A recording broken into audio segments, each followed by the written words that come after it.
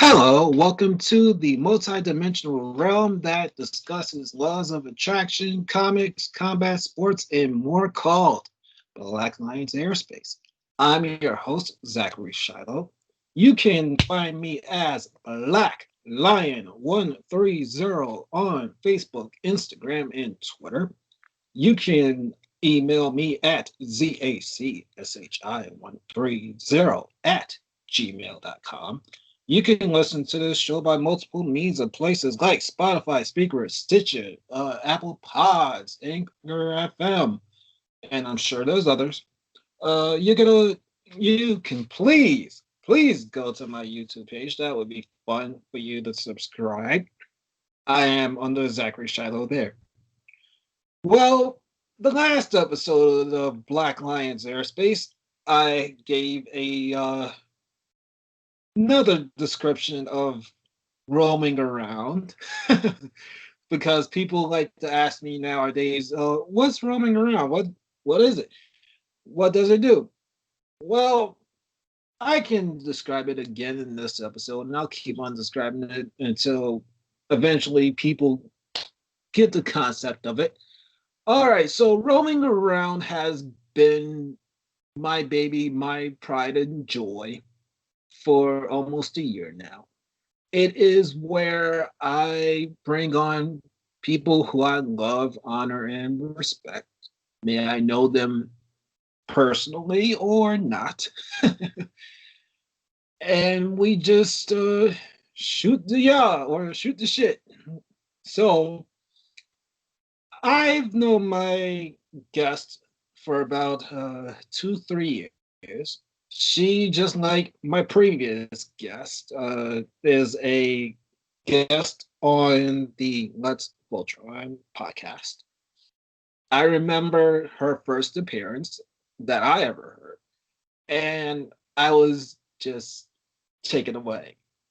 Like, here's this woman who's a teacher, a mother, and she's also a Voltron. That's awesome. I said, I gotta be her friend. I gotta be her friend. So I was able to start talking to her afterwards, and then lo and behold, some months later, I actually became a Let's Voltron guest myself. So she's been a friend, a wonderful guide, like an older sister to me. And I can make her blush a little bit because I'm kind of blushing. She's kind of that I probably would have had in high school if I actually had the goal to try to ask out girls. So, welcome to Roaming Around, Lexi, or Red Lion 004. Hi, Zachary. Thank you so much for having me on. It's good to be here. Thank you very much. As I said before, I heard you on Les Voltron. I believe it was January 2018 that I heard you. I don't know what you, Mark, and Greg were talking about directly, but I remember you in particular. And I said, "Oh, I gotta be your friend. I gotta be your friend. I gotta be your friend." Because you were a teacher who was not only a teacher, but you actually were a Voltron fan on with these guys who I say are still two of my influences into being a podcaster, unbeknownst to me. Excuse me. All right. So I remember once your appearance was done, sharing the actual episode, then we became friends. We talked over Voltron, and then it just grew into different things. And on this episode, ladies and gentlemen, we shall cover all that stuff. So once again, thanks Lexi for coming on, and I will kind of make you blush again. I feel like I'm a little kid actually talking to his schoolyard crush, and feel honored that you came on with me. Thank you very much. Well, thank you. Yeah, you're making me blush too. I'm very excited to be here. it was always great to meet new Voltron fans, especially through social media. And I'm glad that we were able to connect and that we are here today. All right. So speaking of Voltron, let's get into that. So, how did you actually get into that franchise per se? So I have been a huge fan since I was a kid. And so it actually started, I was 6 years old, and a neighbor kid down the street had the 1984 version Robot Lions. And so we were playing with them because he was kind of, we were all hanging out. And he saw how much I enjoyed them. So he gave me his set of the 1984 Lions, which I still have. They've obviously been through the ringer because I played with them before even knowing what it was. And then when Toonami started to air, and I can't remember what year that was, it's dating me. I was like, oh my gosh, that is the show that these toys come from.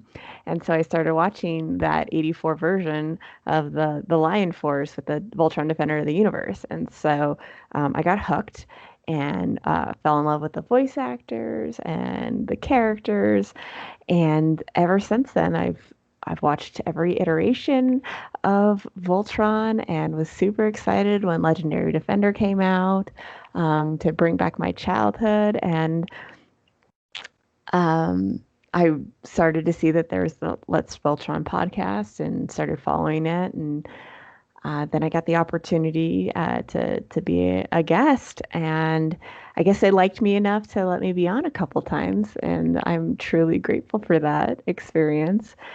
And it's been so nice to have the internet and the advanced technology that's allowed me the ability to share that love and sometimes like crazy fanaticism of Voltron with other Voltron fans. Because when I was a kid first growing up with it, there wasn't really many people that knew what it was, and they weren't as excited about it as I was. So to find new people to share my love of this giant robot has been very, very cool.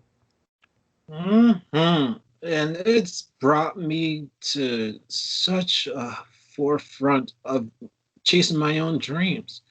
Unbeknownst to me, I had no clue that when I first heard you and the Let's Voltron team overall, that it would lead to me doing this. I had no idea. I thought that me just being a podcaster was kind of just a dream.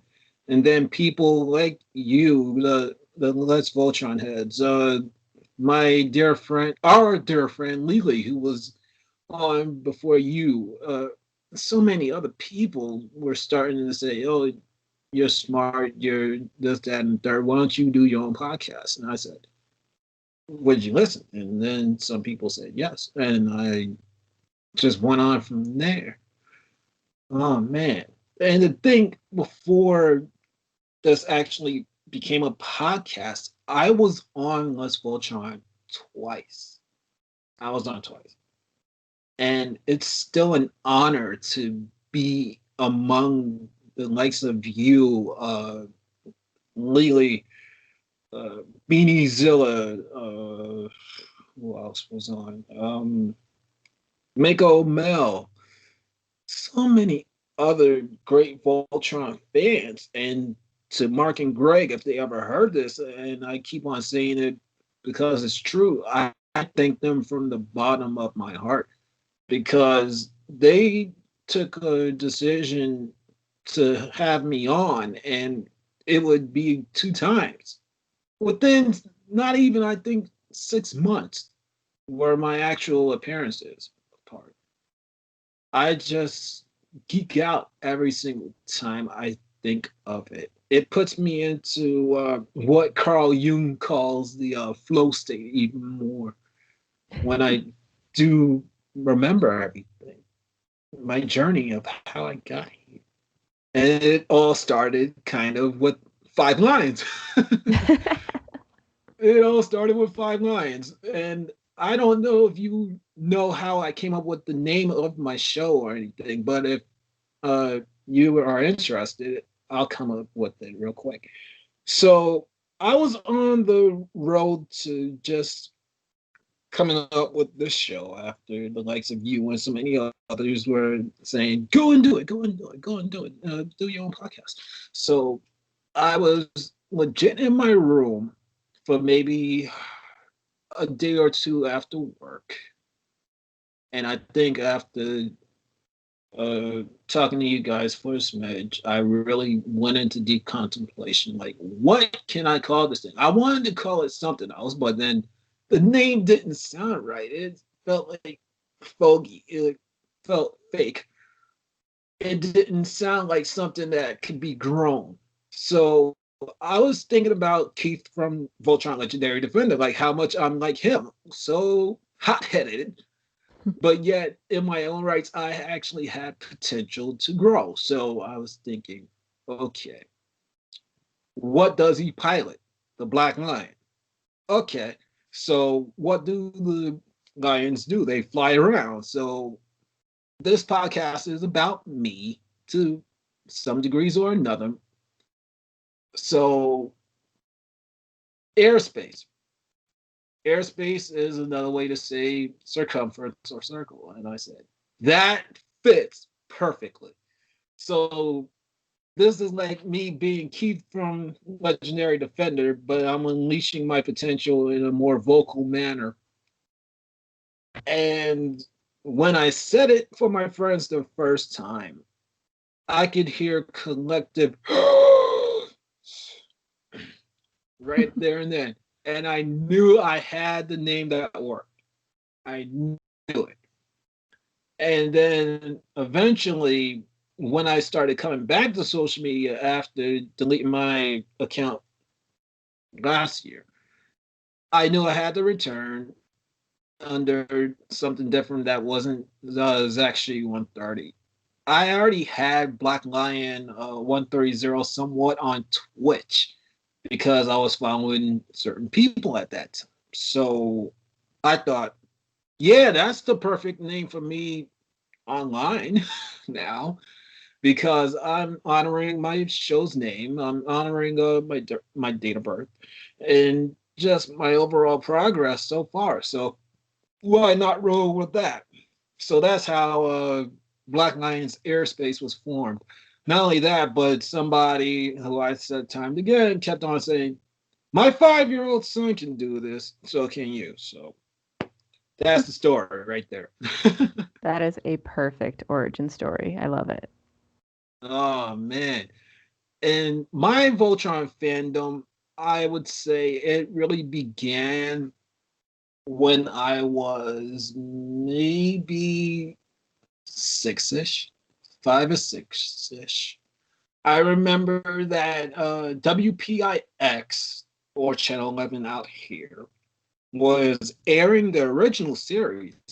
I don't know if it was airing in like chronological order, but I saw some episodes, and this came after my own older brother, who was a Voltron fan, was telling me about it because at that point in time, I believe Power Rangers was already on TV, the original crew, and I loved how they formed a big robot with their dinosaurs and everything.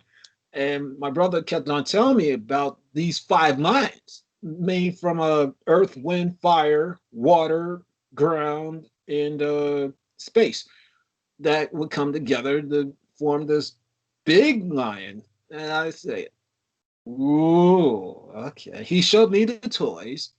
I eventually watched the show and I fell in love with it. And I said, oh man, this is too good. This is too good. I wish that they actually played it more in chronological order. So I'm gonna try and find it.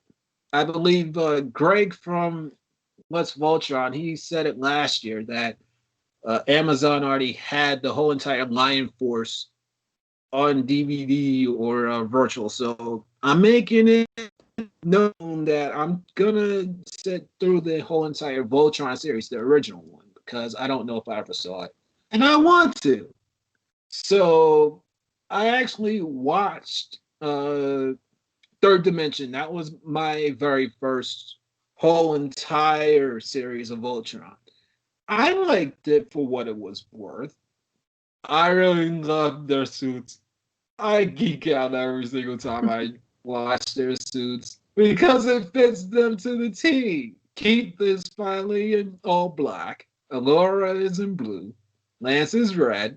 And the other two are always in the regular colors that they always been in. So I love the fact that it felt more not realistic per se, but the actual bond between the Lions to the Paladins, or what would be called Paladins in Voltron Legendary Defender. I loved it. And I wish that Voltron Legendary Defender took something out of that show and put it into their show. And we'll get to it when I touch on VLD. I think with Force, it was meh, meh to me.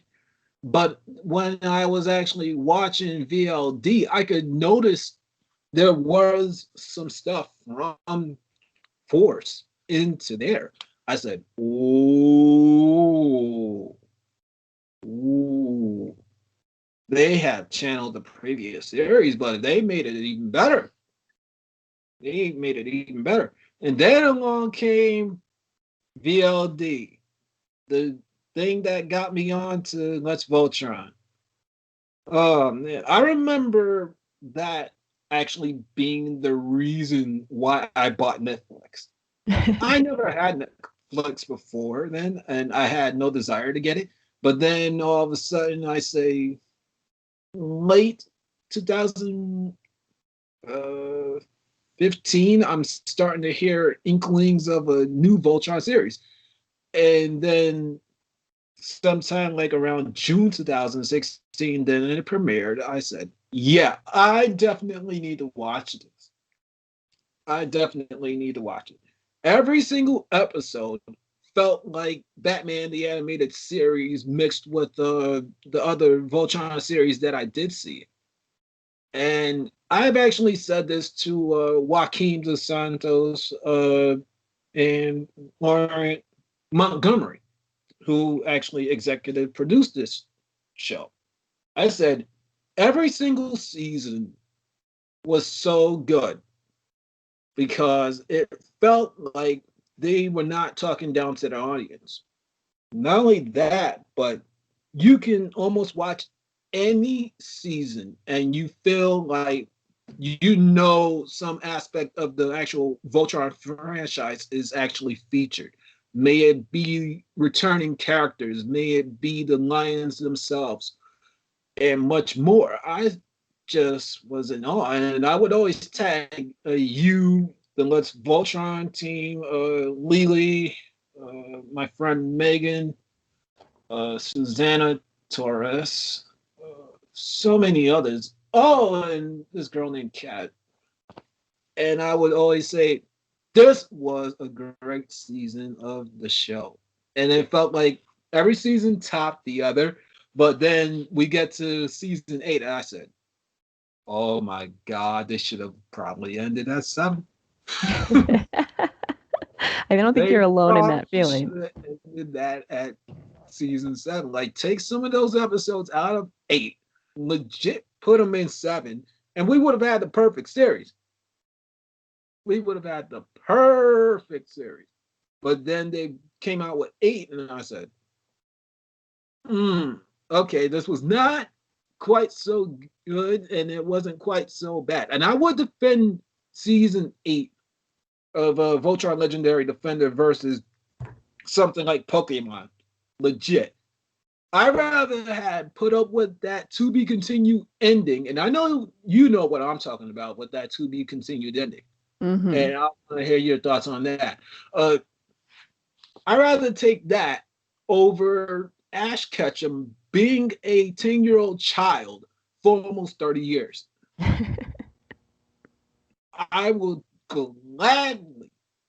take the Lions going towards this astral version of Princess Allura and leaving a to be continued, then sit through Ash Ketchum being 10 years old for nearly 30 years. And that boggles my mind. And that's why I stopped watching Advance, because it was garbage. Now they kept him a character for like, Jesus Christ, that's got to be like 6, 7 years when I stopped watching, because they kept on doing the same old things with him.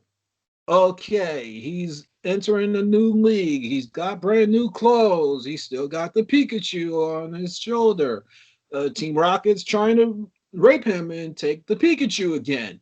And this, that, and the third. And I'm saying, oh, no, no, no. I can't sit through this no more. I cannot. But VLD, they brought a maturity and they aged the characters. That's what I love most. They did age the characters. By the time that the whole entire series is over, I gotta believe that Pidge, Hunk, Lance, and Keith, they all had to be like maybe into their 20s by now, I gotta believe. And Shiro, he's gotta definitely be maybe into his 30s, like mid to late 30s. So, my dear, would you like to talk about VOD? Sure. I mean, I agree with you. I think that they did a fantastic job reinventing a lot of things. You know, it was great for brand new fans of the franchise to get into it. There was a lot of action, there was humor, there was great visuals, and an excellent story.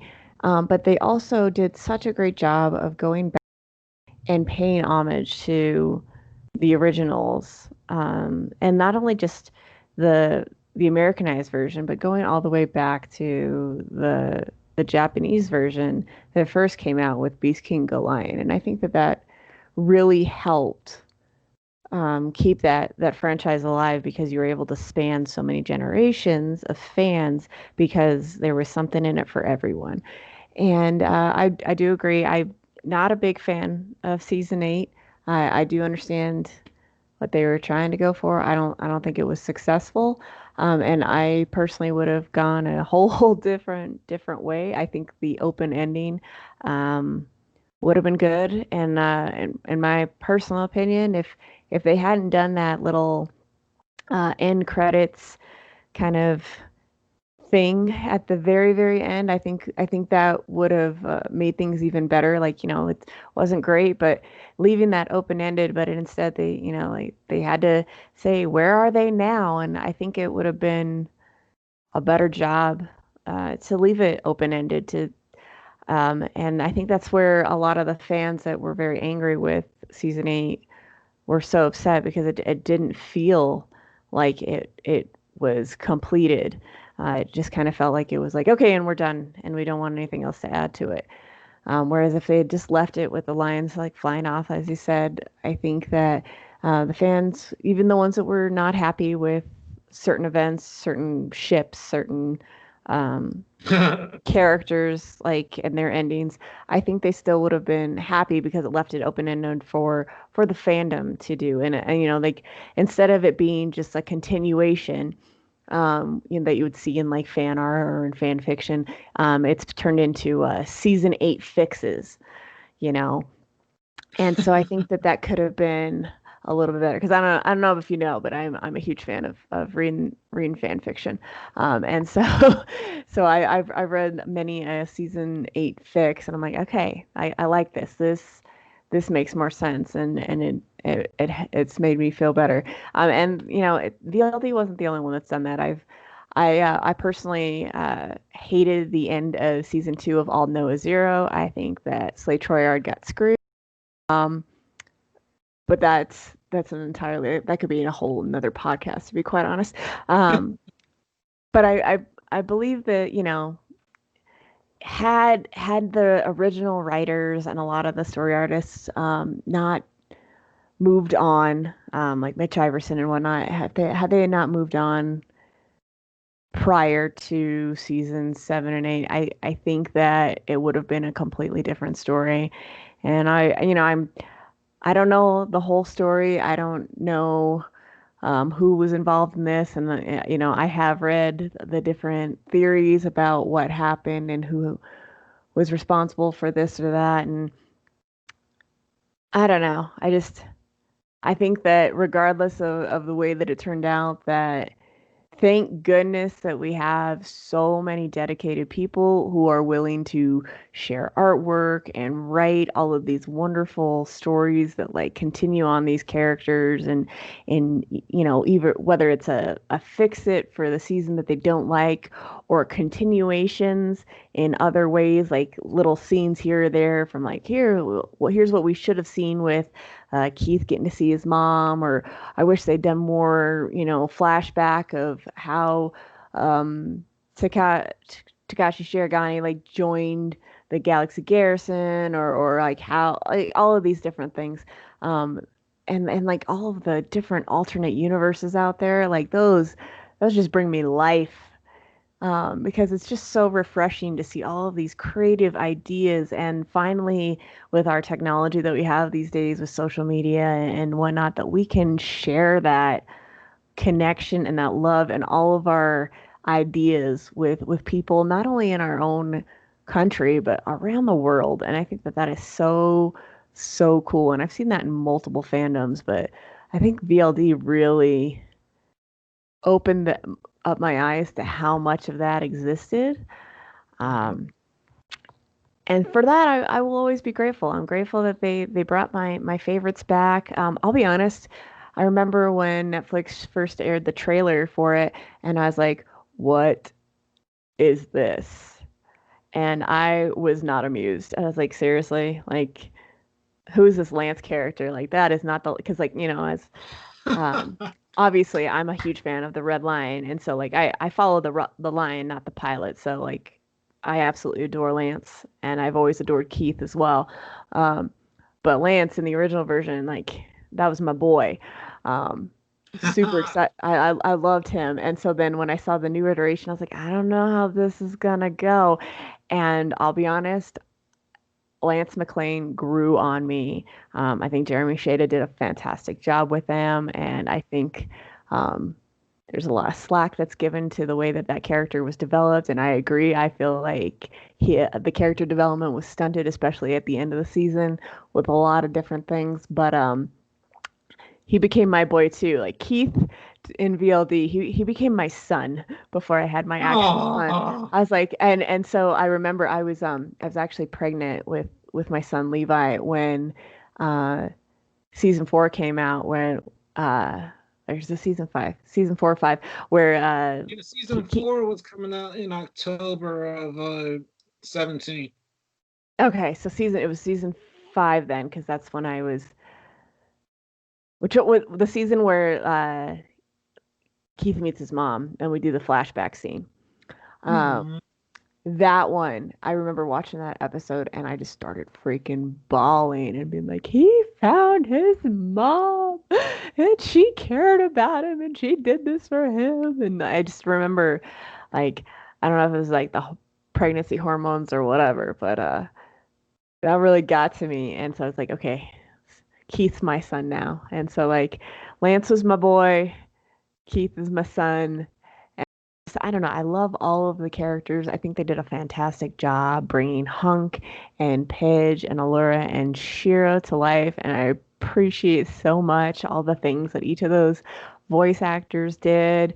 And even like AJ Lacasio doing such a fantastic job with Lotor. Like in the original series, I hated Lotor. I thought he was just a skis bag. And I was like, how are they going to do this? And AJ brought so much class and like true depth to Lotor, and again another like totally got screwed character.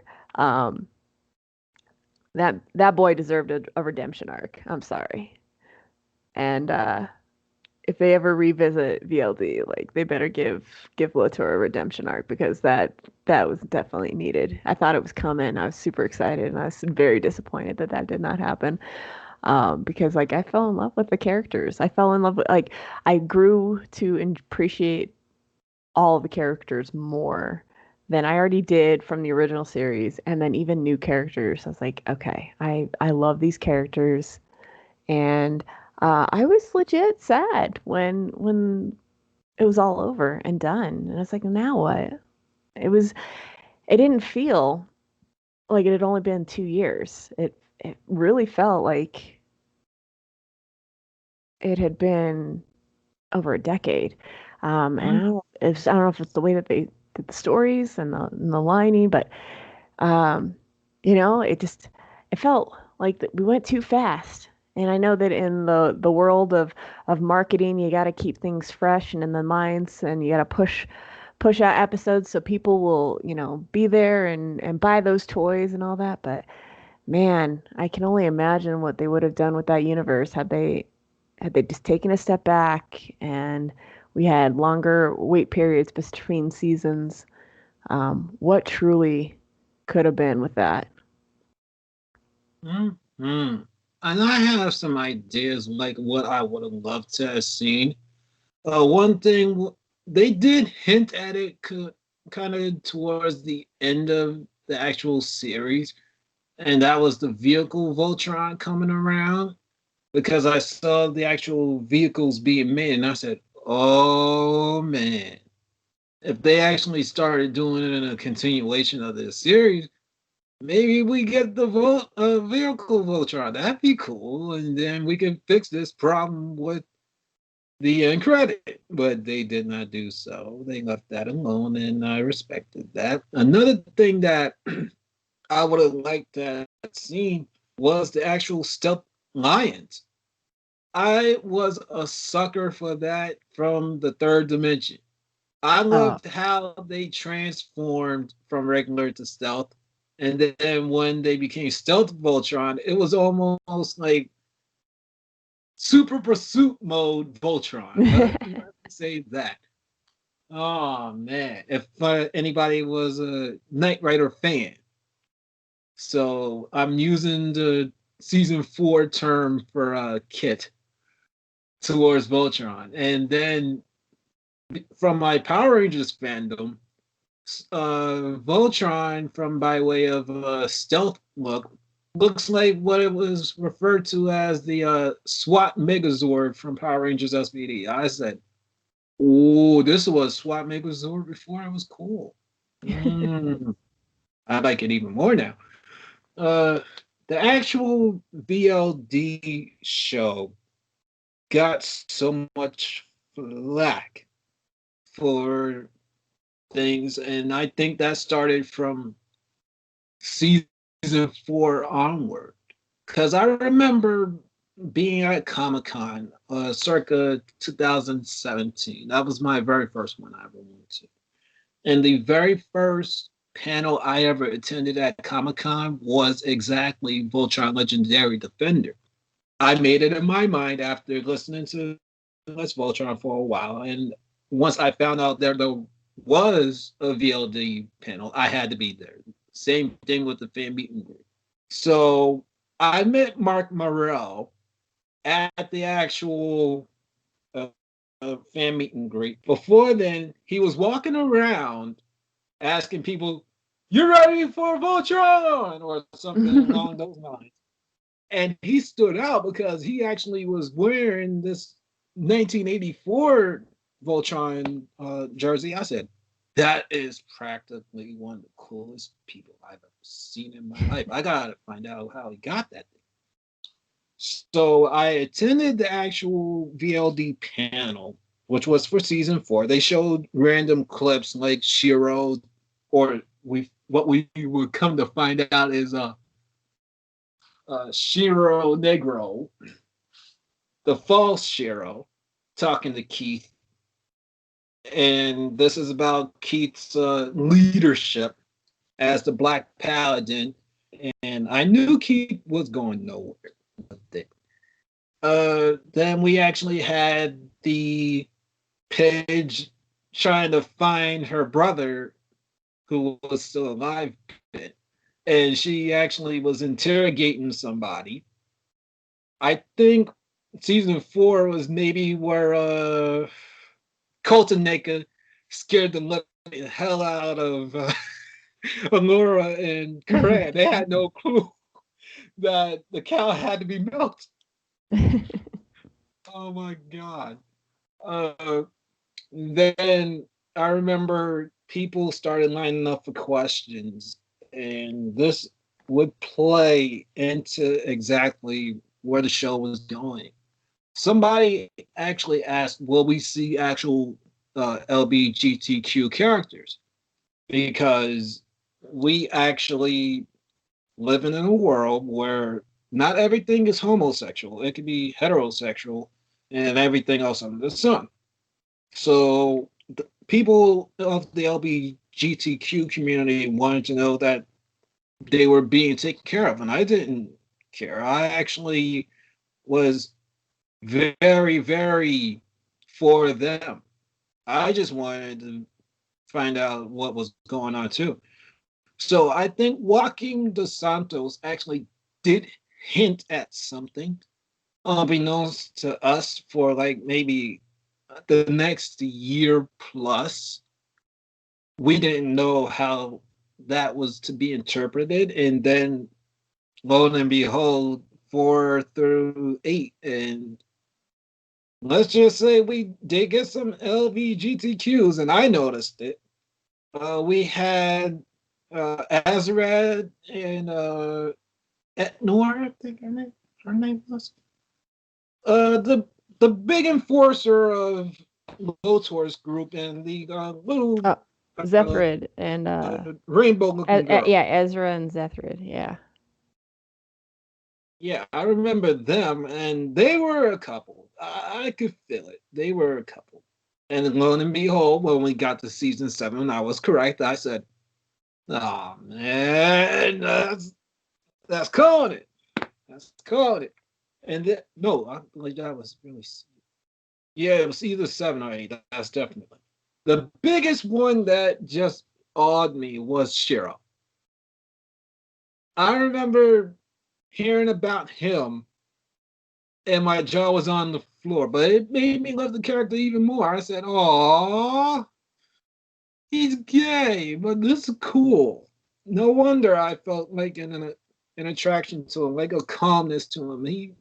He's a sweetheart even more because of his sexuality, his overall demeanor, and I defended the character. I was one of those few people that just said, "What does his actual sexuality have to do with his character sucking? Does it suck that his lover passed away?" Yes.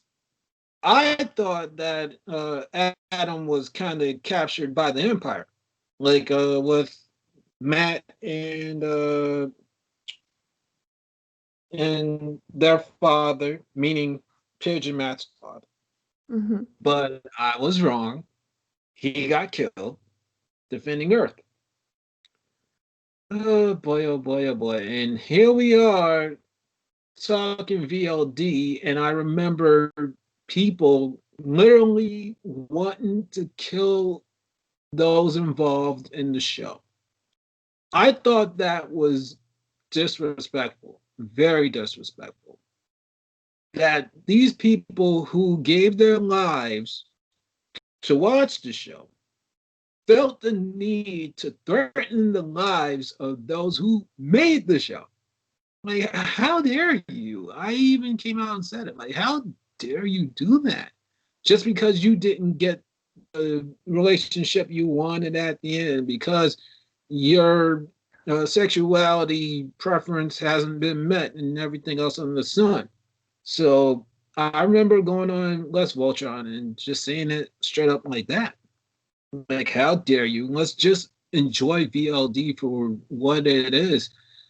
I say that some things at 8 should have been used in 7 legit. Like, I believe we should have ended the whole entire series with the team saving Earth. That's legit. Like, from the whole entire Galra invasion, But stopping Hagar, I believe, should have been before the actual saving Earth bit, because Hagar was definitely out there for a while, and I felt that she was misused. But thank God they did give her more of a boost. But I would say overall to anybody, just watch VLD with what you can. Know that it can be rocky. It can be rocky at points. But if you had to stop, I would say maybe the end of seven. The end of seven. Because eight was good, but it left gaps of wanting. And I felt I shouldn't do that. I shouldn't want more until it was completely over. And now it's been over, Jesus Christ, nearly 2 years. Nearly 2 years of no VLDs, and people just mainly staying silent about it. If I ever went back to Netflix, I would rewatch it. Definitely. All right, so we've talked about Voltron. That's cool. Now on to other anime. I remembered you putting me on to Cowboy Bebop. Oh man, yeah, that's been a fave of mine since it's one of my first. Besides Voltron was obviously my first, and then Sailor Moon, and then Bebop. So I've always had a nice big place in my heart for Bebop. Oh man. And when I finally saw Bebop, I was already into movies. I said, "Oh, this is good. This is very, very good. This is kind of like Techno Man before Techno Man was cool." I was just in love with it because this guy is flying around in this blue Earth-like ship with his companion, not romantic companion, ladies and gentlemen. Let's just say that they were space pirates. How can I not say it? They're space pirates. They're hustlers, but they actually had this anti-hero ways about him. Like the Spike character, he made me laugh so hard. Like he was a hard ass and he would smoke. And for those that know me, I don't like smoking, but for some odd reason, I put up with it with him. I don't know why. It was like uh, one of those cool cats that you would go and listen to at a bar or a brief music session, and you would just say, "Okay, I could forgive this somewhat." But the actual soundtrack, oh my god, I loved it completely. And to you and Lily and whoever else was putting me onto that show, thank you very much. You're welcome. Yeah, I watched it as a kid. When it was on Toonami or something like that, and then I recently watched it again, probably 3 or 4 years ago. And then my anime club that I run at the high school I teach at, we vote on which ones they want to watch, and they had chosen it. I'm like, really? There's all these animes out there, some new stuff you haven't seen before, and you're gonna go for something that was in the 90s that I grew up with? All right, let's do it. Um, so that was exciting because I got to introduce it to a whole new set of fans and a new generation, and got to appreciate it more as I was older, seeing it in a new light, watching it again. It was kind of refreshing because I was like, oh yeah, I forgot about this, or oh, all right, this makes more sense now that I'm older and understand these more worldly views that I've been exposed to. I hear you. So outside of Bebop, what other animes have you uh, Dragon Ball, Sailor Moon, or Pokemon? I was a huge Sailor Moon fan. My best friend Known her since second grade. She was into it a lot. And I would watch it with her, and we to this day we're still big fans. And so I loved watching Sailor Moon. I didn't I've seen a few episodes of Dragon Ball Z, never got into it. My husband watched Dragon Ball Z, so he was a fan of that. Um, I watched a little like the first Pokemon when it came out, and I had the cards and I played the original games on the Game Boy and all of that jazz. But then I kind of fell out of it. Um, I play Pokemon Go because Oh who man. doesn't? um, but those were the big things. I've always been a huge mecha fan, so obviously that makes sense because I have this love of robots and lions and all that jazz. So I was also really big into Robotech, and the whole Macross saga was like my jam, and that was also on aired on Toonami, so that was cool. And then, you got later on into Evangelion and Gundam and all sorts of.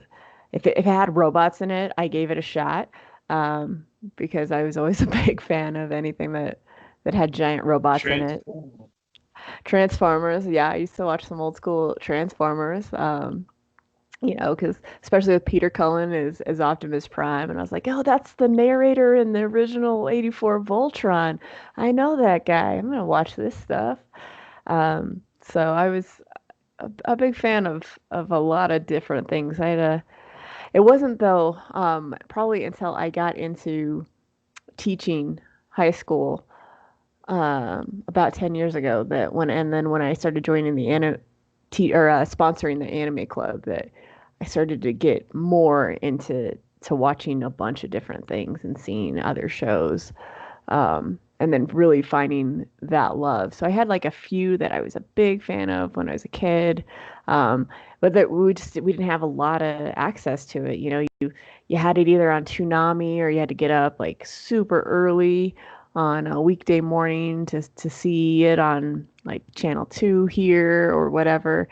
Um, and then, if you got to go to I think it was called Sam Goody, or like the old school um, stores that had like they had a tiny little section, and you could buy like for $20 a video cassette, like a VHS of like three Ooh. episodes of like El Hazard or something like that. And that was all you had access to. And so the expanse of my anime knowledge did not grow until streaming services came to be. And so like for that, I'm super grateful.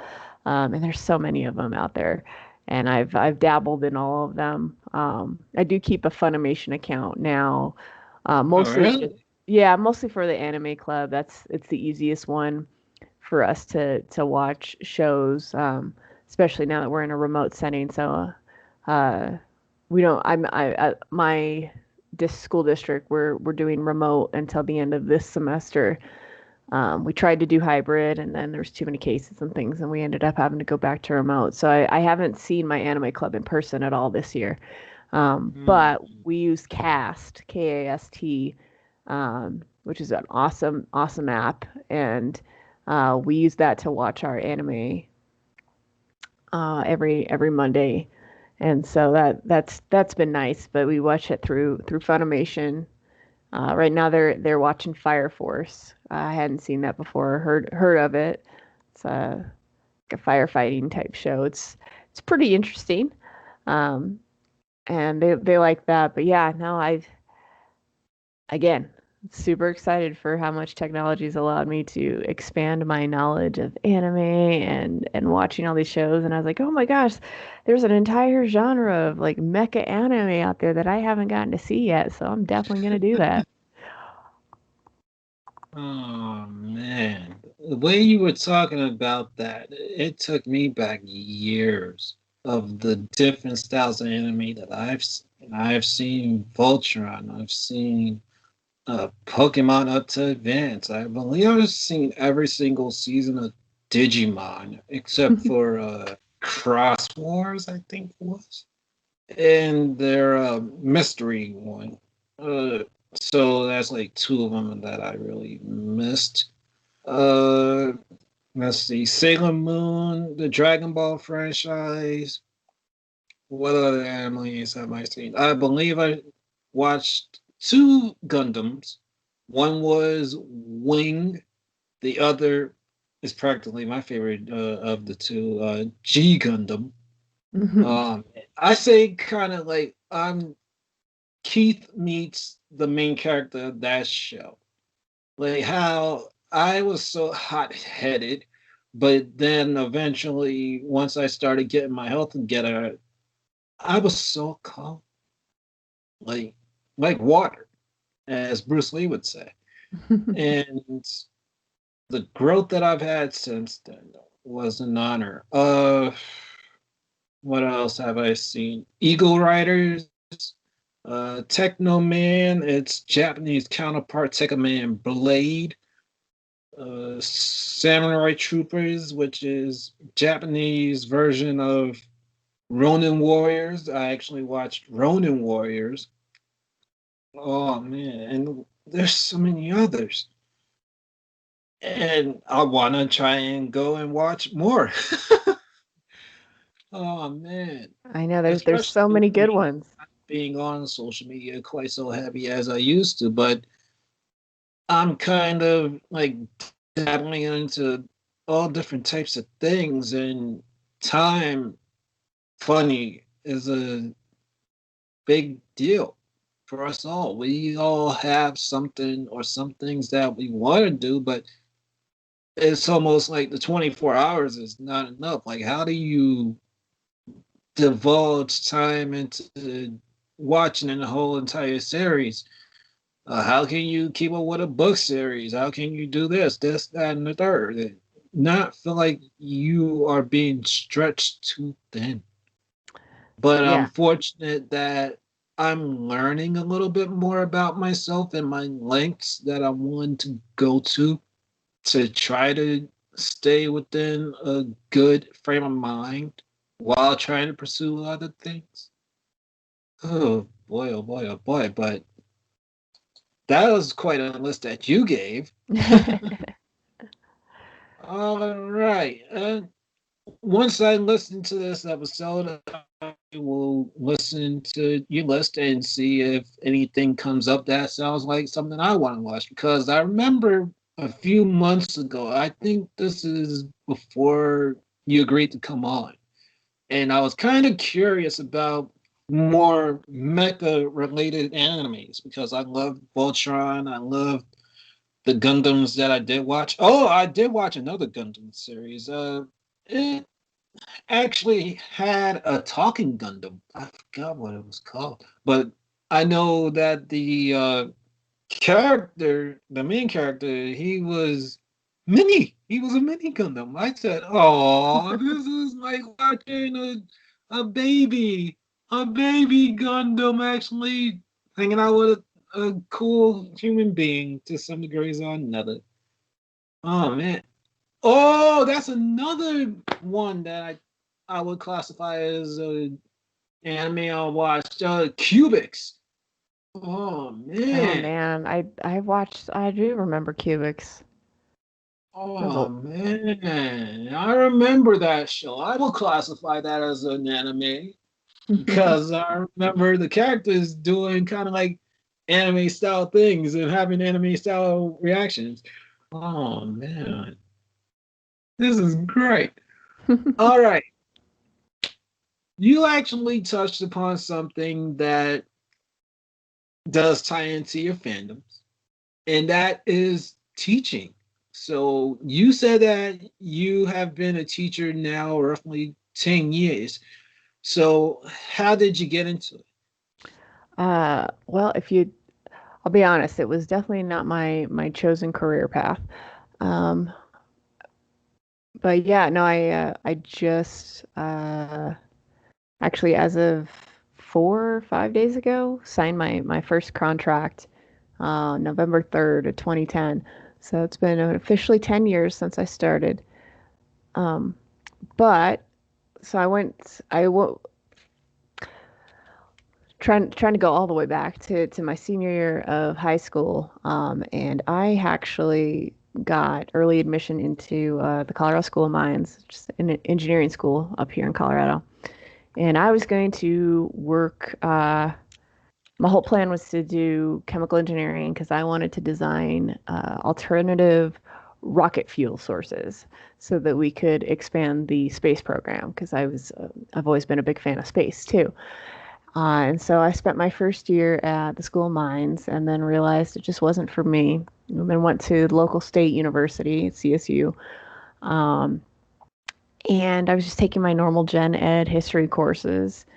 And I was like, man, I really, really love history, but what are you going to do with history? You know, you can work maybe at the Smithsonian, you can do archiving. Um, and I was helping out a friend who needed just some peer reviewing, like peer editing of a paper. And they're like, you know, you're really good at explaining things. Have you thought about teaching? And I was like, no, that ain't happening. Um, but then as I thought about it more, I was like, well, you know, why don't I take one of our, you know, general education courses, figure it out, see if I like it. And I did, and I fell in love. And so I finished my program with a bachelor's in history and got my secondary teaching license. And it's just ever since, it's felt like my calling.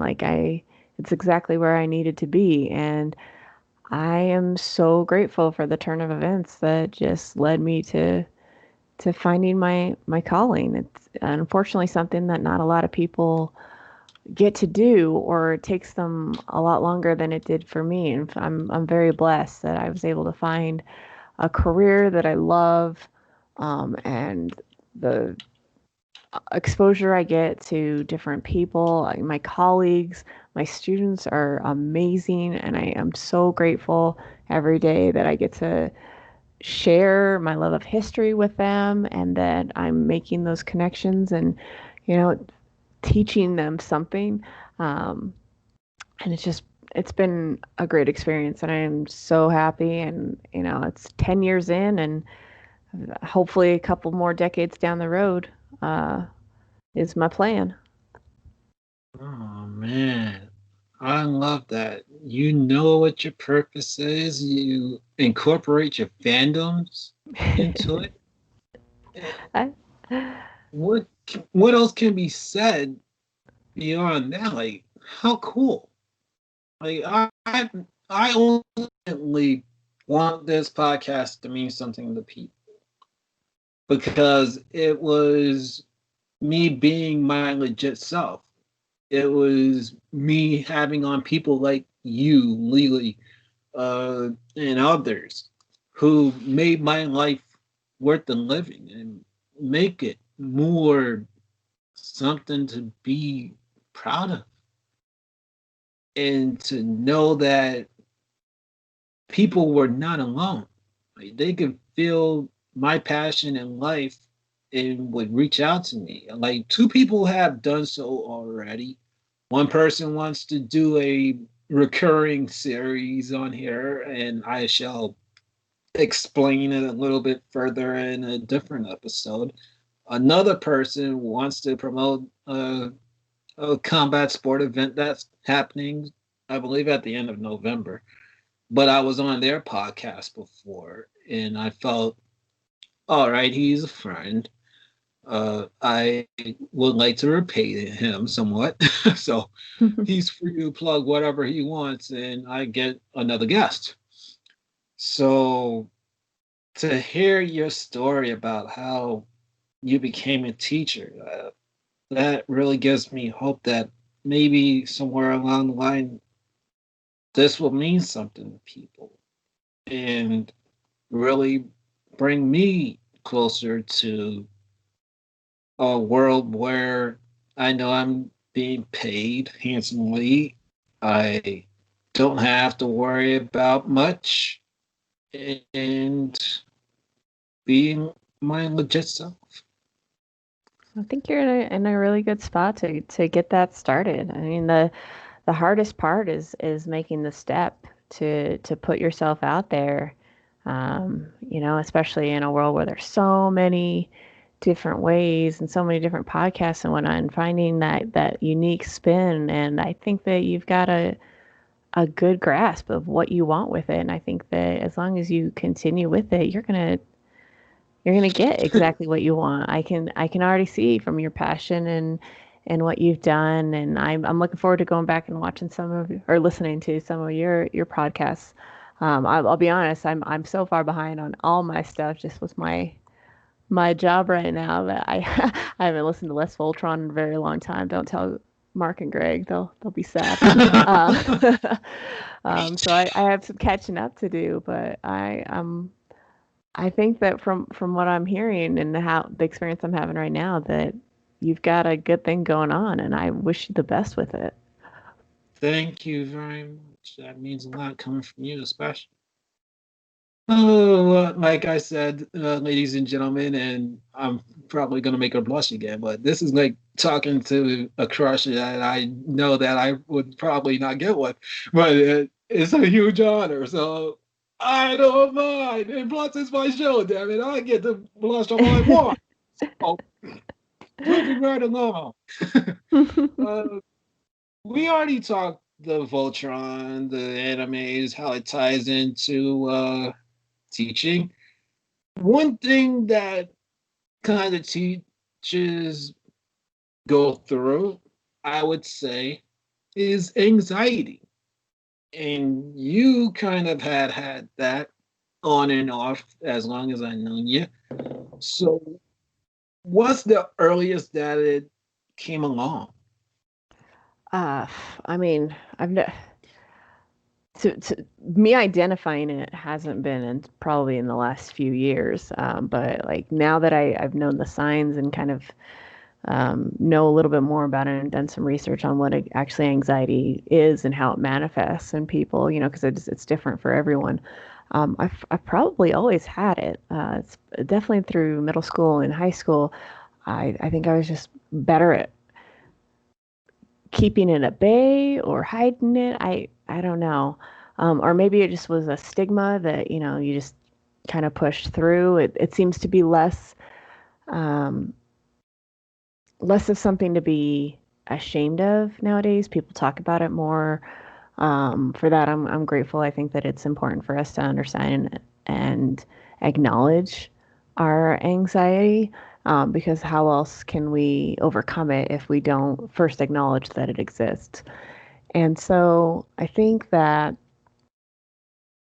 it's probably only a couple years ago that I started to realize, and it might just be the nature of the job that I'm in. I see it in my students, and I've started to recognize some of the same behaviors and mannerisms that they had, or that they have that I also had when I was their age, and so then it's just a matter of trying to see, like, okay, well, what worked for me that was a healthy way to handle it, and see if I can help them. And if not, like, where can they get the help that they need? Because I it is not my forte, and I would never pretend to know what's best for anybody. Because just as it manifests in different ways for everybody, there's different solutions on how to make things better. So, um, but yeah, long story short, probably a few years ago, but probably had it my whole life. Oh man, I've had anxiety for years probably, and I never knew it. I think the biggest forms of it came, I would say, in the last 3 years. And it all kind of started with me at my work at the time. And I didn't know how crazy it was until like last year before I actually deleted my social media and went on that 6 month hiatus. Unbeknownst to me, 6 month hiatus.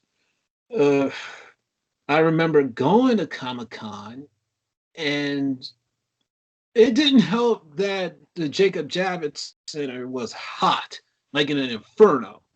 Hmm. Oh, God, it really did not help. And I thought I was choking. I thought I was kind of like, and lo and behold, I think I was suffering from panic attacks, unbeknownst to me, because I didn't have my spouse at the time. I didn't have anybody around me who I knew. I felt like I was in a different universe. I knew people who were attending the show, but nobody that I actually had to watch my back. And that scared the living hell out of me. So I felt like the worst case hit me last year after knowing that there was no BLD to go watch. There was no celebration of Voltron, period. Yeah, sure, there was Power Rangers, which I loved to death. Uh, let's see, what else? I think there was some form of Batman and other shows, but that feeling of wishing that I had other people to be around, that brought on so much anxiety. And when I had the opportunity to be around some people, I felt like I wasn't myself. I couldn't be myself because, unbeknownst to me, I was diabetic. I had no clue what was going on until like after Comic Con was done. And then when I finally left my second fiance after 9 plus years, I legit sat in my room or somewhere else and I was thinking about our relationship and everything. And I said, oh my God, I have had panic attacks, like legit panic attacks. And it still followed me even after I got myself together. Like, I believe that I actually suffered a stroke or something like it in July. I was waiting for a bus so I could go see my surrogate dad. And then out of nowhere, I blacked out. Like, that's the first time in my life that it ever happened. And I felt like it was an accumulation of different things. And I still kind of deal with anxiety to this day. It's not that I'm completely scared or petrified of the world out there. It's still knowing that I'm a human being, or what one of my teachers would say is I'm a energy being having a human experience. And it helped to know that I actually was taking meds to help me get my blood pressure back to normal. I'm watching what I drink with the electrolytes. I felt like I was almost going to have a relapse a few days ago. And thank goodness I caught myself.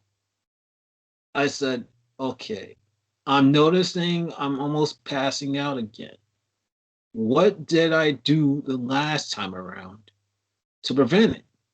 And then I thought, oh, okay, I can have a little bit of salt, a little bit of lemon juice, a little bit of lime juice, and some water. Mix that together, and that should help me with my electrolytes. And lo and behold, it did. And now I'm looking at something to my right that I love to eat. And I'm starting to say to myself, even though it may not have any sugar in it, I will stop using this thing like every single day. Maybe just make it once a week and I'll be cool. So I know what it is to have anxiety, and it has made me closer to people like you, Lily.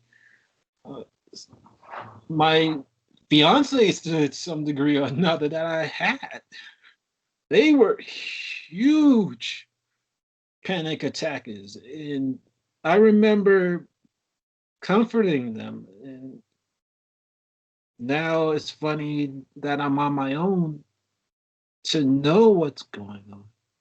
Not like ha ha ha, but I have more empathy. I have more sympathy for anybody that really suffers from that. And that's why I like having people like you, Lily, and Mel on. So it brings more so of a comfort and this sense of knowing I'm not alone. And I think that's why I'm so calm, why I'm so healthy to the best of my abilities. And I think all of you out there that do go through anxiety in your own rights, because we're all in this together, even more. Absolutely. We have to Legit. be. And yes, people, if you're asking, I'm kind of crying a little bit. But I'm not like completely leaking. I'm more so letting it flush out of me a little bit because it's real life. And it's not just something that you see on TV. And if you don't have a wrap on it, it can kill you. I've always said that I'm a liver of past lives. And I have known people throughout the centuries who died from this. And I couldn't do anything to help them. I may have died from this because I didn't know who I was or what I was doing. But I believe in this life, I've been given that chance to rectify my own wrongs and help people the best way I can.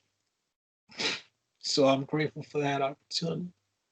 And Black Lions Airspace has been one of those things that allows me to really get into what Carl Jung calls the flow state, what Dragon Ball has called the Ultra Instinct, and The Last Dragon has called the glow, that pinnacle.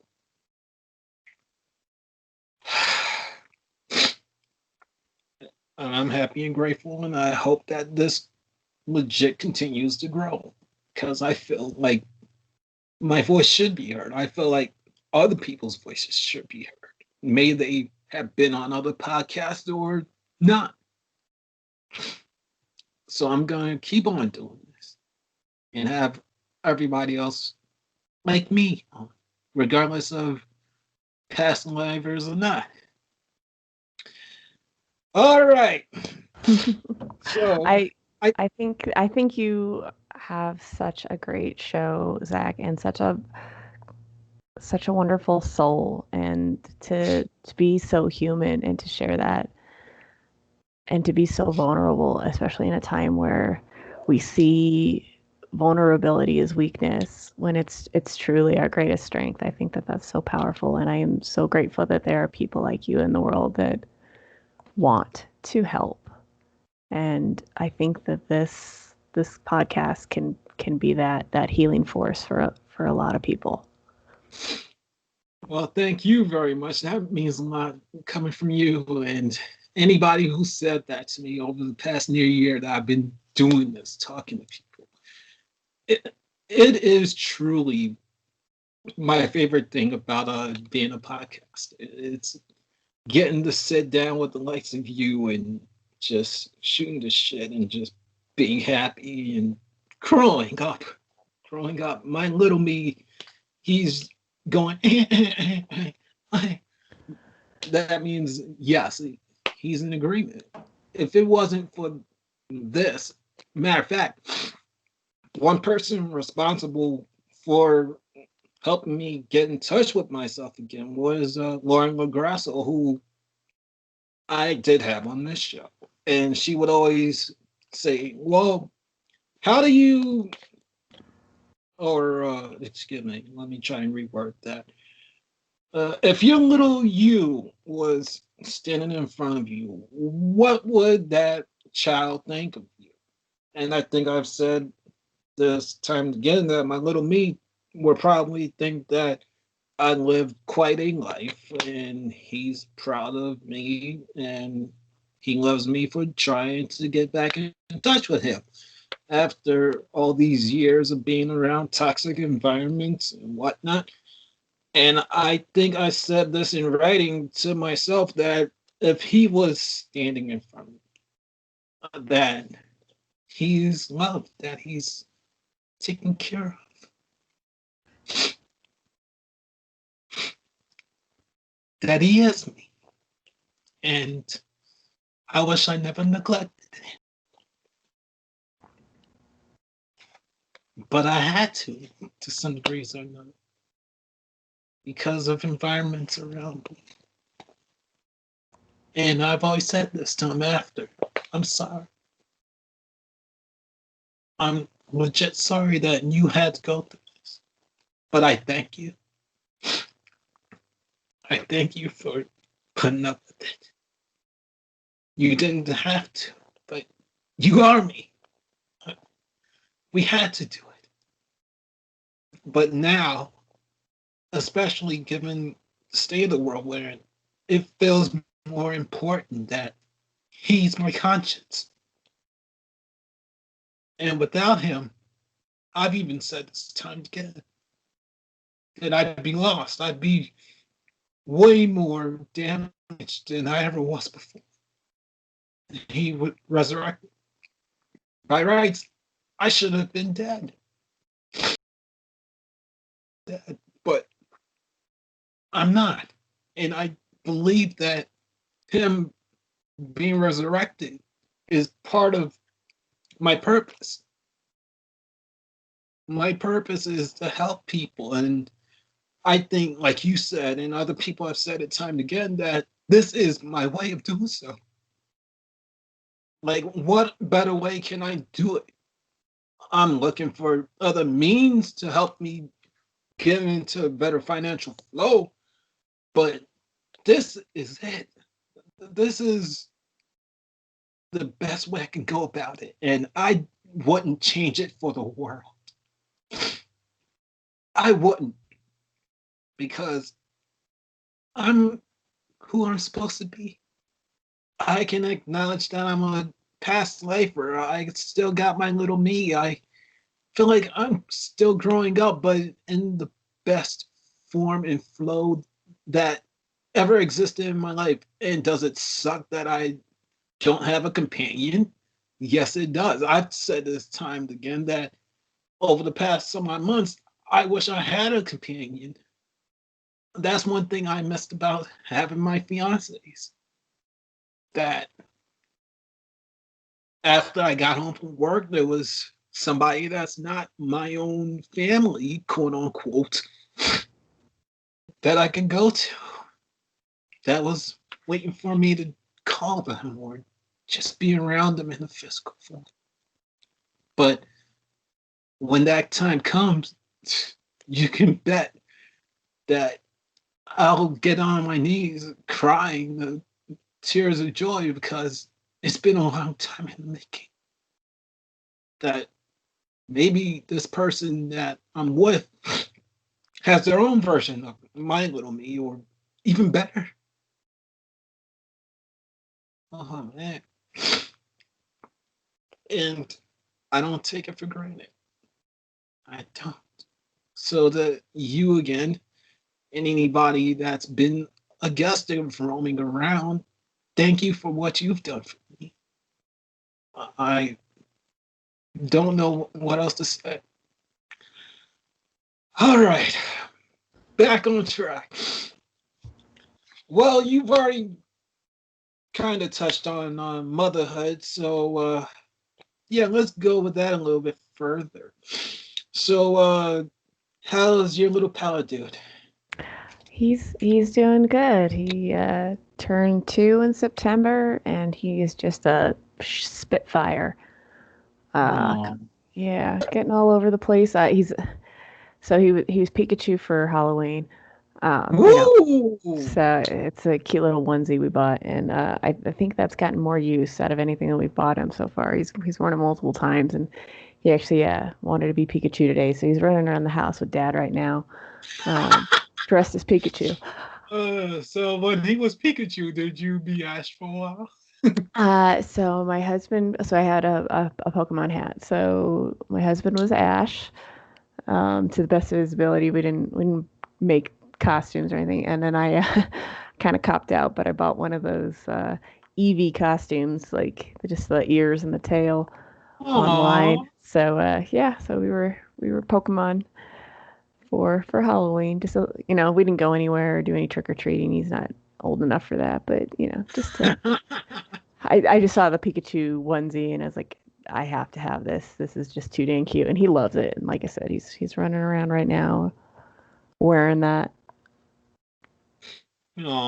Aww. So, So what is it about motherhood that's so life bringing to you? well, I'll be honest. I never gave it too much thought when I was younger. Some people dream of their wedding and having a family, and I always thought that yeah, that's how it's gonna go. But it didn't really hit me until I was got pregnant with Levi, and it's I don't know, it's just so different to have somebody whose whole life revolves around you, and yet it's you that revolve around them. Um, he's everything to me. He's my starshine, and I can't imagine my world without him. And he's done Aww. so much for me and my husband. He's just everything that we could possibly hope for. He's our hopes and our dreams and our aspirations, and we just hope that we can be the best parents that we can so that he can be successful and happy his whole life. I believe that you're doing a great job. Well, I thank truly you. can see it. The kid, he's kind of like you said, he's a ball of energy, and I love when you actually share pictures of him and clips. That makes my day. That makes me smile very much. He's like me when I was his age, or slightly older. I remember running around like so carefree, and then as I got older, trying to find ways to just keep that calmness or be happy. And it feels like I'm going back to that somewhat while maintaining the sense of reality that I am an adult. Yes, I may have my inner child unlocked, but it's nice to know that there's a sense of innocence in us all. And I wish some people would legit turn off the TV or their electronic devices and just learn what it is to be with themselves and understand what their bodies want and everything else. But we are so occupied. And when the time comes to just go get some rest, legit rest, we are maybe cursed with insomnia or something like it. And then we're saying to ourselves, oh man, I wish I had a way to like try to at least get some energy back. And one thing that I'm learning is that meditation does help. It really does, especially if you're just looking for like 5 to 10 minutes to just like have some what sleep, but know that you're aware of yourself and everything. So I would recommend, as I keep on saying it time again, people learn how to meditate. Learn how to meditate, right? Eat right if you can. and just that and third, but I'm not gonna tell people legit like how to live their lives. What works for Zachary Shiloh works for Zachary Shiloh. And what works for other people works for other people. And matter of fact, greatest examples of that I'm living around. So, so I try and not tell them how to live their lives because they shouldn't have to. They already got people telling them somewhat how to live their lives. I want to try to just get along. Just get along with people. Sheesh. Oh man, oh man, oh man. For sure, for sure. Um, Oh man, I love you being a mother. That really does help me have a sense of innocence and remember the good that happened with my mom. She's still alive. She's still alive. But just to sometimes sit and remember my mom before I was an adult, before I was even a pre-teenager, how much I used to run to her, especially sometimes when I would get boo-boos, as kids would say. That meant a lot. It truly did. Especially like last year, she was there when I found out I was diabetic, and I knew I needed somebody in my corner. And sad to say, uh, my fiance at the time, Earl, was not there. She was at work, I believe, and I had nobody else, so I had my mother by my side. And to see you as a mother again, it feels right for you. As long as I've known you, it feels right. well, thank And you. it kind of goes inside your career too. So it's kind of like a full circle. Like you got your fandom, you got the teacherhood, and you got the motherhood beyond marriage. Speaking of marriage, I like your marriage. This sounds like one that I would love to have on my own one day. That is so good. So, how long have you been married, if you mind talking Well, so we're actually going to be celebrating our 10-year anniversary in a couple weeks. So, about? um, Aww, yeah, congrats. thanks. Aww. So, like, how did the actual proposal come?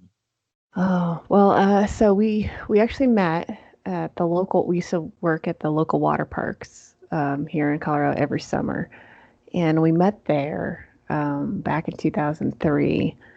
And he's just recently graduated high school, and I was going into my senior year, and started dating summer romance, and it kind of stuck through. And so he's been with me through college, and um, we decided that if we were going to get married, we would wait until after both of us had gotten our degrees. And so the spring semester that I was student teaching uh, in January, he actually on your birthday to be exact, but in 2009, he we went to the local park.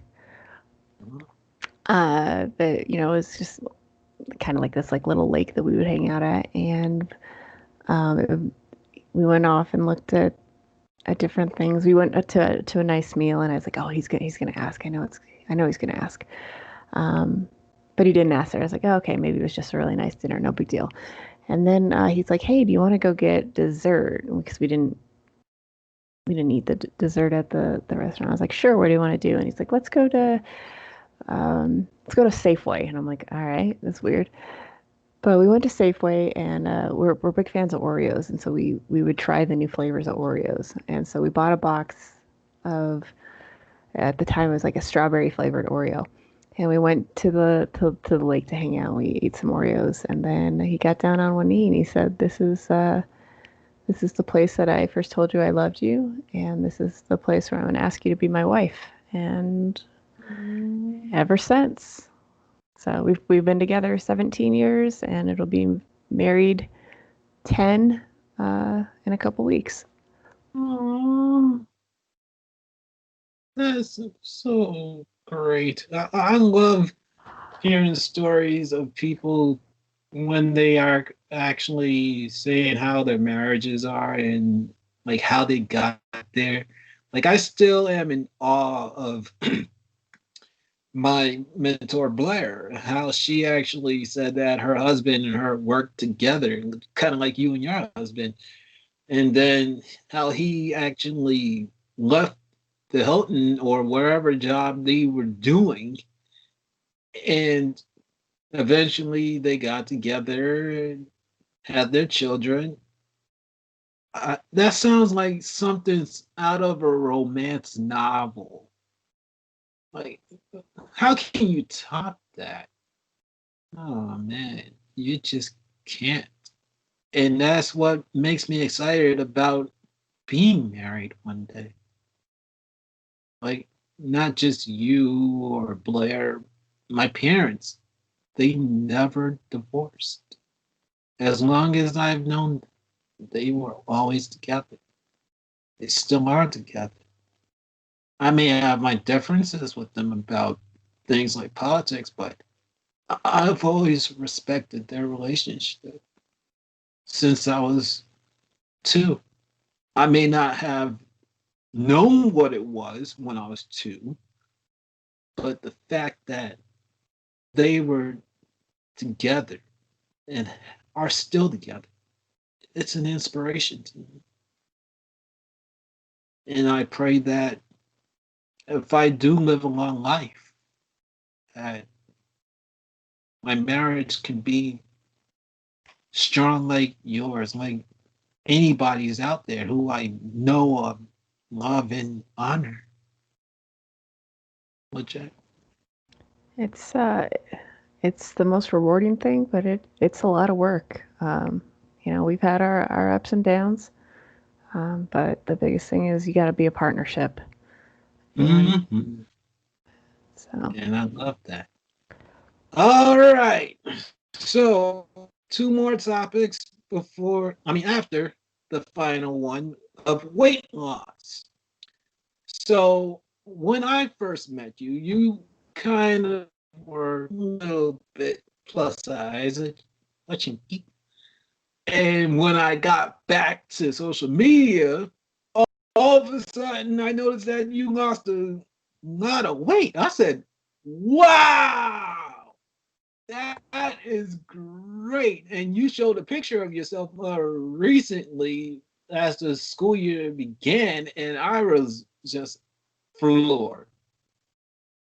I said, we got to talk about this if I ever get on. I got to talk about this because people always like bringing up the fact that I lost weight and everything else. So I thought if people come on this show and I notice that they've lost weight, I got to talk about it with them. So, like, how did you get from all that weight that I know knew you under to where you are now? I've always struggled with it as I was a kid. Just always been bigger, but really kind of got to me after I had my son. You're eating for two, and I probably ate for more than that, and so there was just a lot. And after I had Levi, I decided to make some changes to the way I ate and how much, and just decided I had not to lose weight because of some sense of like vanity, but more just to be healthy. And so, yeah, I just kind of hunkered down and I got myself a subscription to Noom, where you kind of keep track of your weight, and you have a personalized coach that kind of talks you through things, and you log your meals, and there's articles to read and a support group to help you share your victories and encourage you with your losses. And I found success. And so, yeah, I'm not. I'm not where I want to be, but I'm very confident in where I am, and I hope that it'll continue. Oh, I believe it will because you are a real go-getter from what I've understood of you. And you may have your moments of anxiety, but once you get it under wraps, you just come like what Ronin warriors would call their leader's armor wildfire. So I believe you'll get to that weight that you wanted. It's just about keeping off the excess weight and maintaining what you got. And that's kind of a big deal to me. I lost so much weight, but I'm still finding ways to try to not lose weight anymore, but more so maintain what I did lose because it was not fun being overweight and knowing it or unknowing it too. Oh man, not being able to breathe properly, feeling like I was dying. I wouldn't wish that on anybody. Not even the biggest annoyances that I ever knew. I would not wish that on anybody. Not. And weight loss, it's a beautiful thing when you do go through it because you notice the changes in yourself. Like I was sitting through this thing with my surrogate dad, and the cameras caught me. It caught me and my fiance for the last time. And I remember looking at myself, then saying, "Oh my God, I look so different. Not only do I look different, I can feel it. I have changed so much. I'm more alive now than I was back then. Oof, I wouldn't wish feeling sluggy to anybody. I wish that the me now existed back then, but hey, I exist right now because I have to right now. That was maybe my purpose back then to look that way, to feel that way, to get me onto this right path. So I don't hate myself. Like a influence of mine would say, don't hate the player, hate the game. Legit. Well, this has been a very fun episode of Roaming Around. There's only two things left. Oh, what can I do for you going forward, dear? Just keep on being you. Keep doing your shows and keep having your guests on and keeping it real. That's what you can do because that makes me feel good to see people thriving, especially when there's so much going on in the world. So just keep being you. All right. Last but not least, hopes for the remaining year and into the future. Definitely, I'm. My hope is that we can start to heal as a nation in many ways, not just politically, but you know, emotionally, spiritually, healthy. I'm my hopes is that we can get ourselves and this virus under control, and so that we can start to see people. It's it's I'm looking forward to being able to hug people that are not within my family. Um, I miss that. I miss the connection.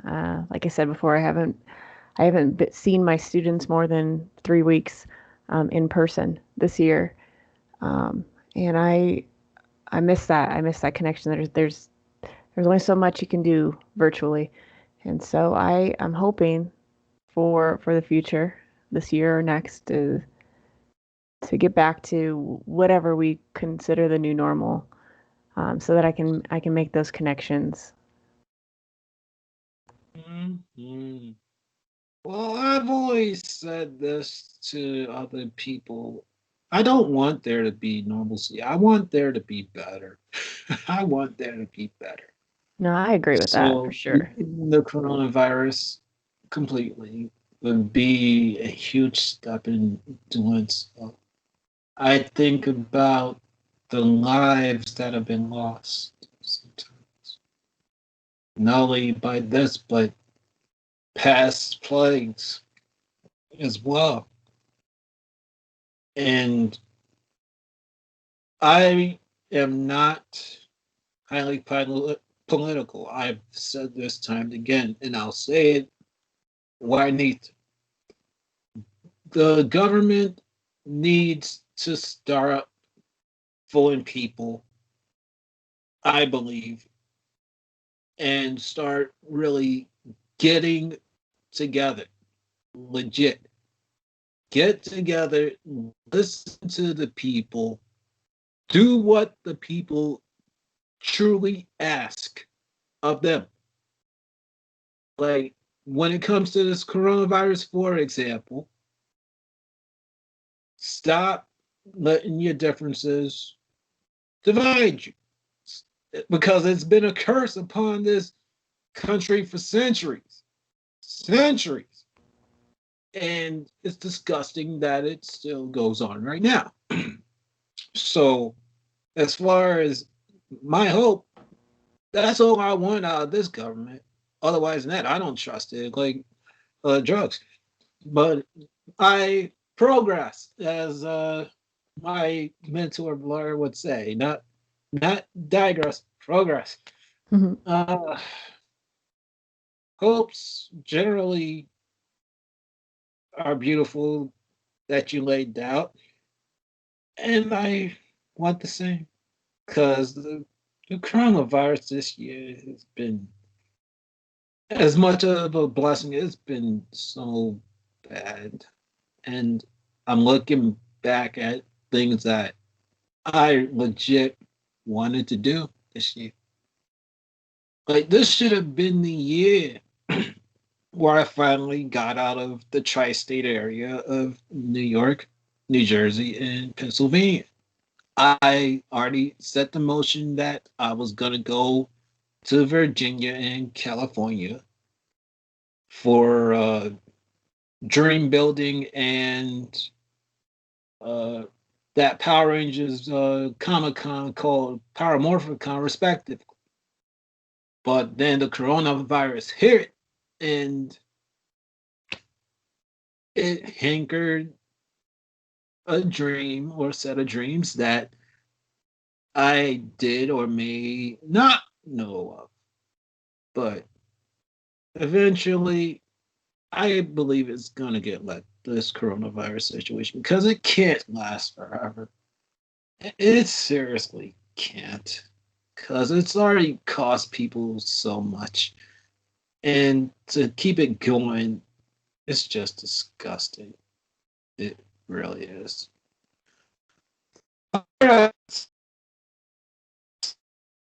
Maybe one of my most favorite episodes of Roaming Around, I gotta be honest.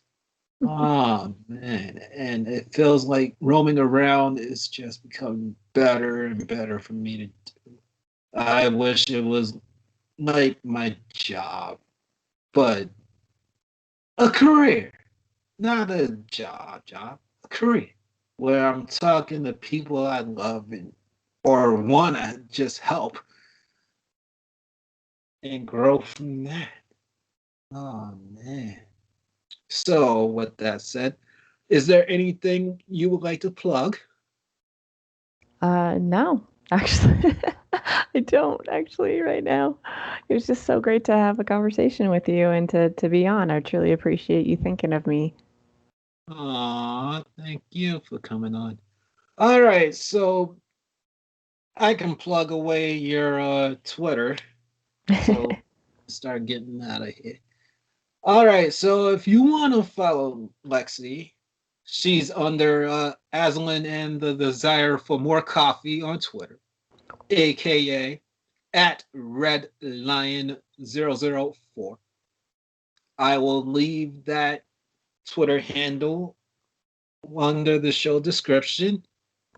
You can find me as capital B, capital L, capital K, Lion 130 on Facebook, Instagram, and Twitter. You can subscribe to my YouTube page if you haven't. Thank you very much. I appreciate it. There are multiple means of listening to this show. If you have been a supporter, thank you very much. If you are a new one, I appreciate you coming on this great journey, which I keep hoping and praying will evolve. And I don't know what else to say except for thank you all for making this journey what it is. And I will be back maybe with a Minnesota or two later on today or tomorrow, definitely within the next 24 hours, I believe. Because there's some stuff that I feel I need to kind of get off my chest. And this is the realm to do so. So, with that said, one more time, thank you very much for your lives. I appreciate it. You didn't have to listen to me, but for those that do listen to me, your listenership means the world to me. It does give me confidence in myself that I know I can talk to the people. May they be big timers, may they be little timers, in betweens, man, female, trans, LGBTQ, not. We're all human beings. And I love knowing that we're all the same. So please look out for me. Please get in contact with Lexi. She's great. She really is. And I'm not saying that because I keep on repeating myself, but it's the truth. Anybody that I've had on this Rolling Around series, they've known me for some odd years or some time. And just to hear their voices talk about what means a lot to them and our bond together. I couldn't ask for anything better. So please take care of yourselves, your friends, and your families. And know that I'm not completely for wearing a mask, but I do it because I want to just get along. So I wear a mask, man, to stay alive, man.